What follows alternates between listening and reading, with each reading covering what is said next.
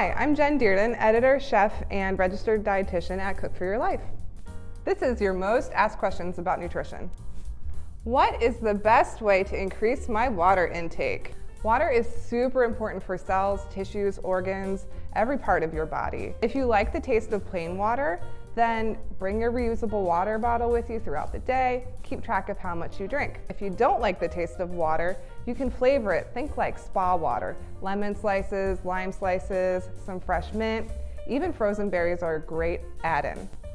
You could also consider unsweetened iced teas like mint, hibiscus. We have a great recipe for a mint and hibiscus tea on our website, Cook for Your Life. You can try it over ice or hot.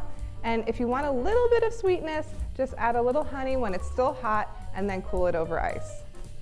You can also get some water from foods. Think things like brothy soups, yogurts, melon, berries, lettuce, a lot of fruits and vegetables. They won't replace water, but they can definitely help you stay hydrated. Try to drink throughout the day and often. That way you're not drinking a lot late in the evening or at night, so that you won't have to worry so much about being up. Cook for Your Life helps people navigate one of the most difficult parts of the cancer journey, food.